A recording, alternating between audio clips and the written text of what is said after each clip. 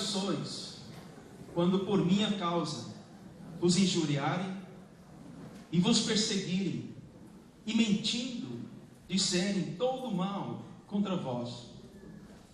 Regozijai-vos, exultai, porque é grande o vosso galardão nos céus, pois assim perseguiram aos profetas que viveram antes de vós.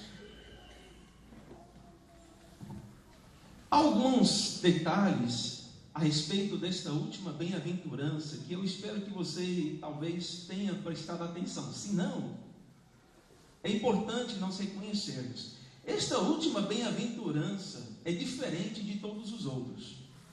Versículo de 10 a 12 representa a única bem-aventurança a ser repetido. Jesus fala 3 vezes sobre como é bem-aventurado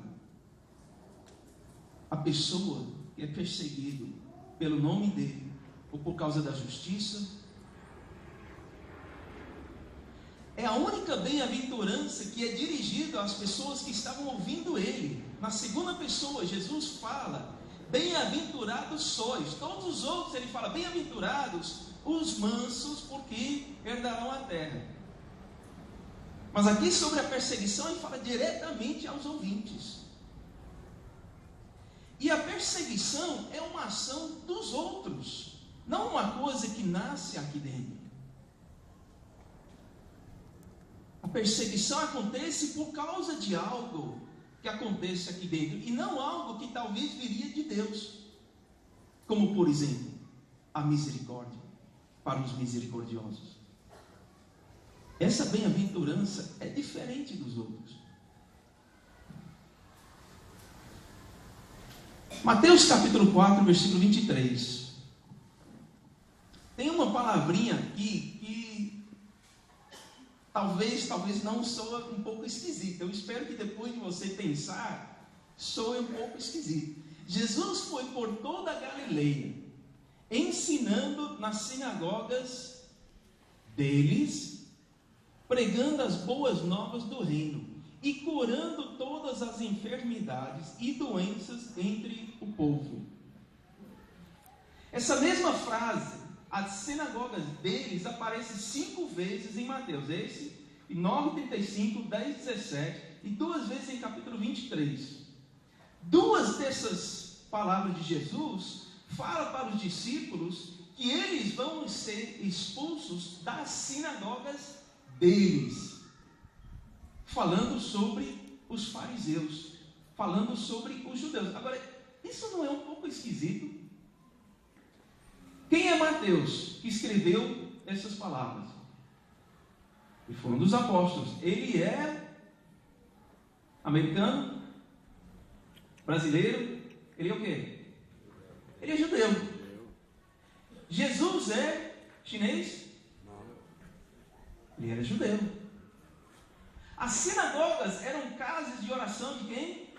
Dos judeus. Dos judeus. Os discípulos aos quais Jesus estava falando eram quem? Judeus. Eram judeus. Então por que ele está dizendo: olha, eles vão te expulsar das sinagogas deles? Não é esquisito?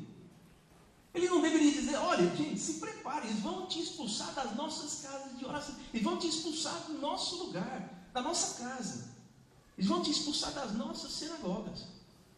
O Mateus escrever aqui: Jesus foi nas sinagogas pregando a palavra, mas as sinagogas deles.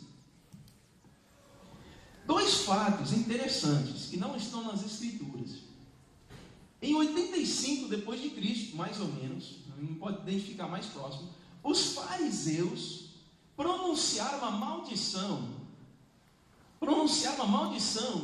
sobre os nazireus, ou seja, os seguidores do Nazareno. Quem eram esses homens e mulheres? Os discípulos de Jesus. Expulsando eles das sinagogas. Eles não podiam mais entrar nas sinagogas para orarem.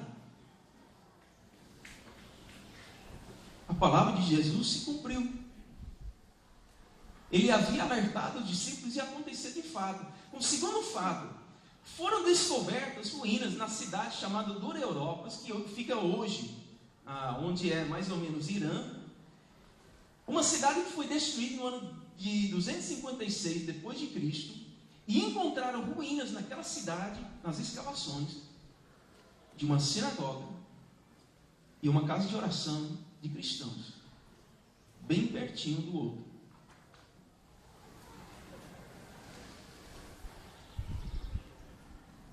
Mateus foi escrito para pessoas que estavam sendo expulsos do meio do seu próprio povo.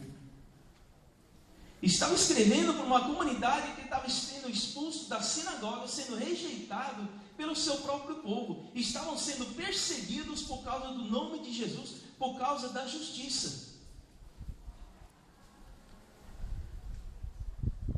E eles devem ter passado por muitos momentos. O que nós vamos fazer agora? Imagine. Não foi suficiente você, talvez os seus pais, seus avós estavam naquela multidão gritando para Jesus ser crucificado, mas agora você tem sido expulso do meio do seu povo. Onde estão suas raízes religiosas? Suas raízes espirituais, suas raízes culturais. E você não pode nem entrar mais na casa de oração para estar, talvez, com seus pais. E eles devem estar imaginando, pensando, o que fazer? O que nós vamos fazer agora? Como é que nós vamos viver a vida para agradar a Deus? E este evangelho talvez tenha sido escrito para uma comunidade assim, que está buscando como viver esta vida em Jesus.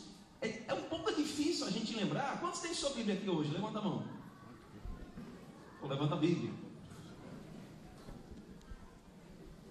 Quantos cristãos no ano 85 teriam tido Bíblias?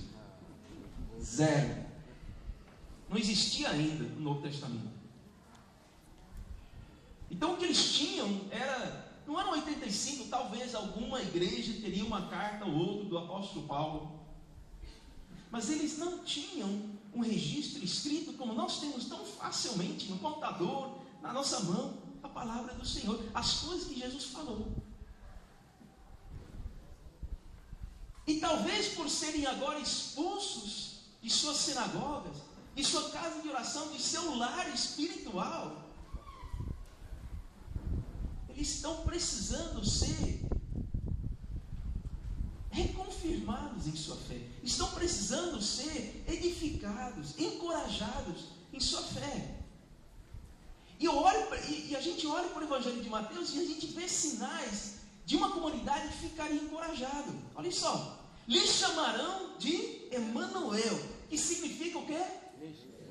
Deus conosco. E no final do Evangelho, Jesus fala, eis que estou convosco até o fim dos tempos.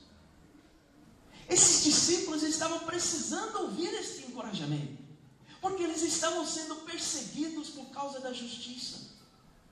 E eles precisavam entender que Deus não havia abandonado eles. Jesus estava com eles. Jesus estaria com qualquer discípulo até o fim dos tempos. Já aconteceu o fim dos tempos? Hoje, já aconteceu o fim dos tempos? Onde está Jesus? Irmãos, estão dormindo já? Eu nem comecei ainda. Onde está Jesus? Aqui. Ele está conosco. Não importa o que acontecer na sua vida, Ele está com você. Ele prometeu. Deus enviou, Jesus viveu, Jesus morreu, Jesus ressuscitou e Ele está conosco hoje, porque Ele é fiel. Amém. Não